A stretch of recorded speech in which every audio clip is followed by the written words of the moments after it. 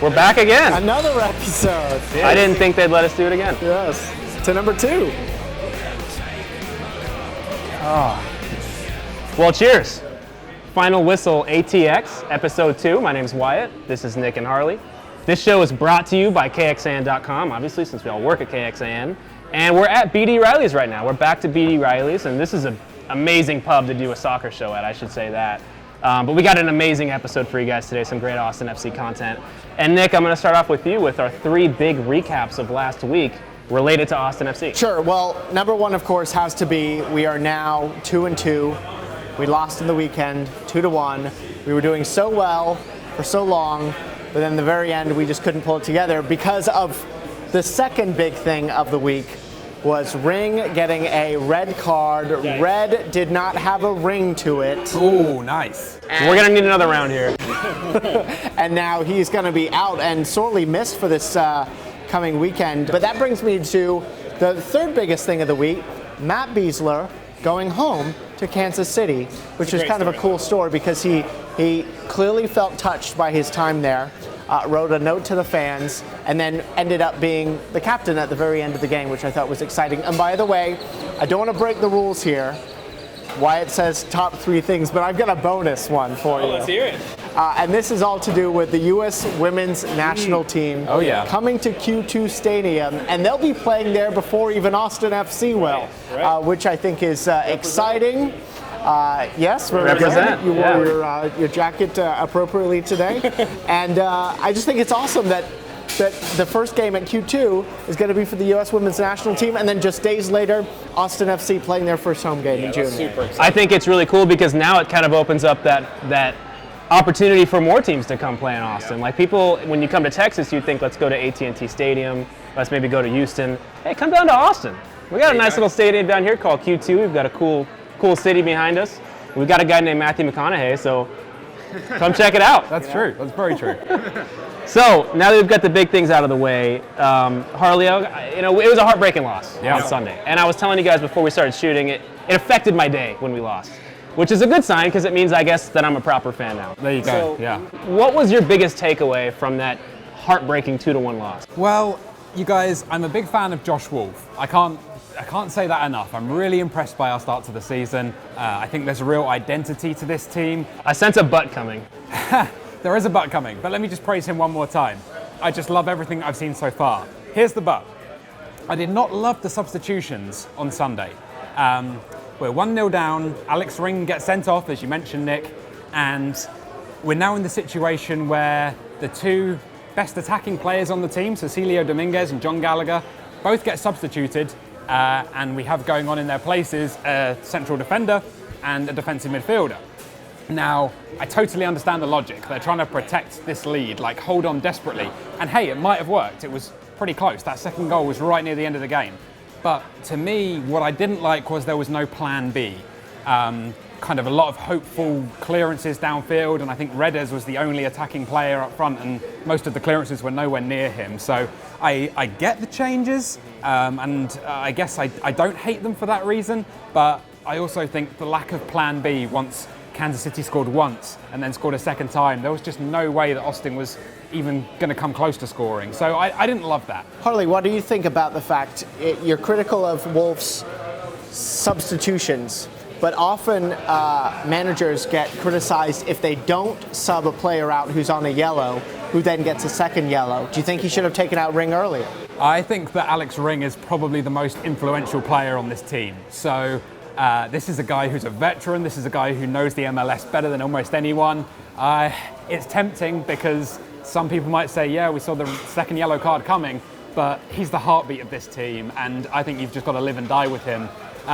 They lived with him for 67 minutes or however long it was, and then the red card goes, and yeah, I don't know what I would have done in that situation, but I think it would be really hard to bring that kind of player off, personally. And Ring's going to be suspended, and now they can bring in Pereira, who was on the bench last week, and you've still got a strong midfield, so hopefully that works next time. Does this help solve your question of too many midfielders and not enough spaces on Spoken too soon, I think. Well, for 1 week only, it solves it, but after that, maybe not. Who knows? It really kind of showed me, too, that John Gallagher maybe is better as a super sub.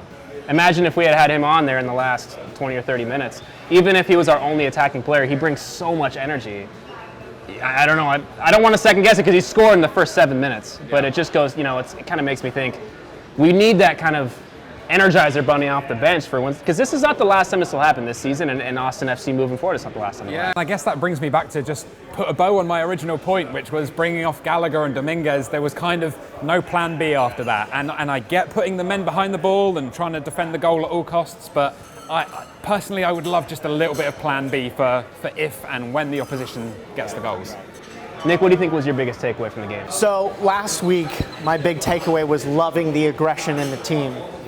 This week is somewhat of a caveat to the aggression.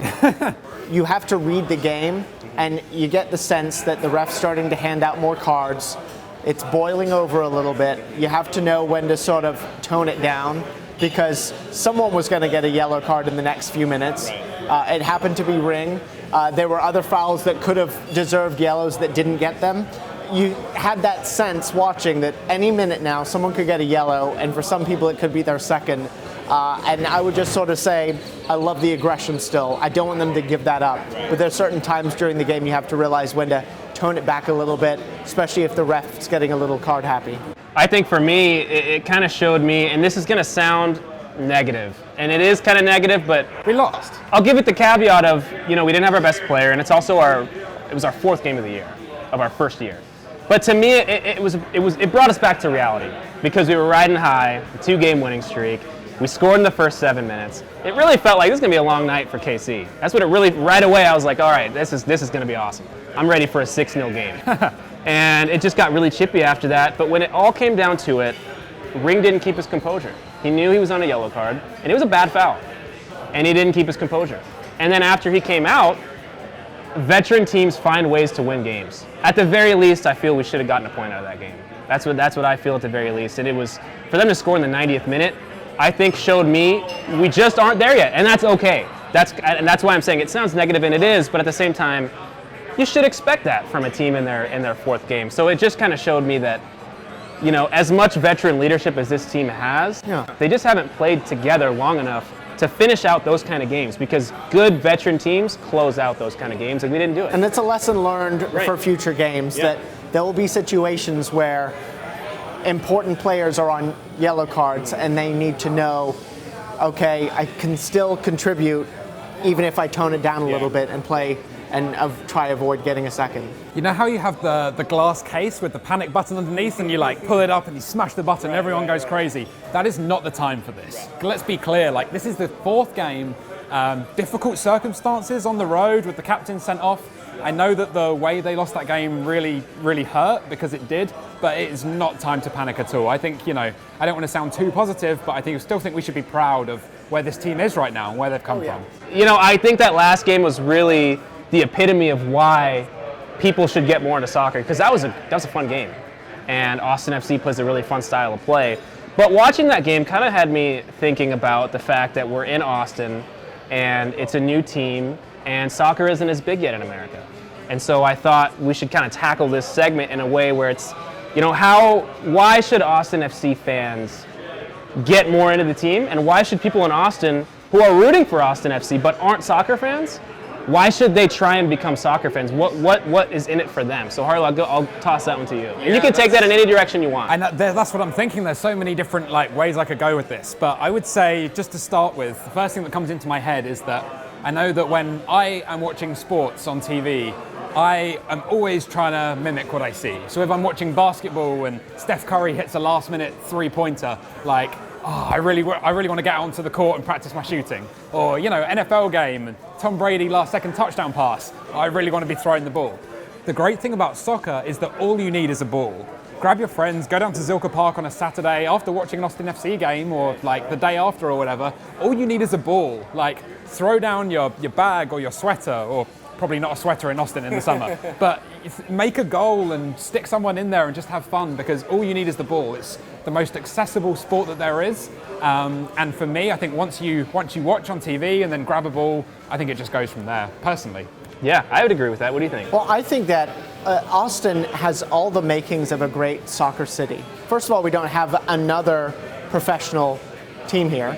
So let's all dive in on soccer. Secondly, you're getting people coming in from all over the country and all over the world. Now, I know people will look at the traffic and say that that's a negative, but when you get people coming in from all over the place, especially other countries, soccer is bigger in every other country except the United States. So chances are you're getting a lot of soccer fans coming in to Austin and looking for a team that they can support. And what I think is fantastic about Austin FC and soccer in general in America is just how easy it is to watch. Yeah. It doesn't conflict with a lot of other sports.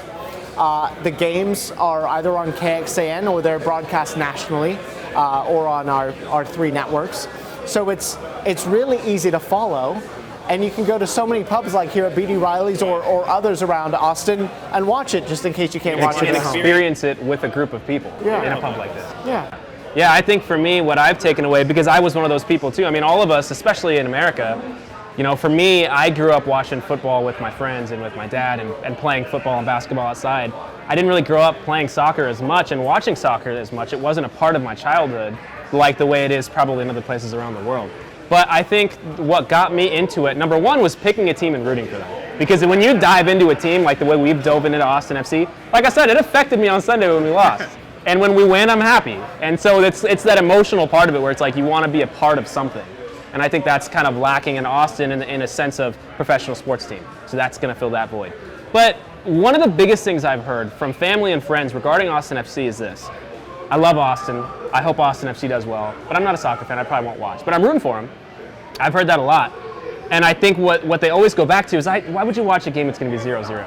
And I think when you watch it and you get into the players and the teams, you're really surprised at how much you're actually cheering for during the game, even if it's 1-0. Because after every blown call by the ref, after every hard foul, after every PK that you should have made but you missed, after every corner that misses by this much, you're shocked at the end of a 1-0 game like, oh my God, I'm exhausted. That was an awesome experience. Yeah. And so people get caught up in the fact that it's low scoring, but there's so many things to be excited about watching a match. I totally agree. I've got a colleague at work who says to me, how can I get excited about 1 or 2 goals a game? And I'm like, well, okay, because there's only a few goals a game and sometimes there's more, and that's great.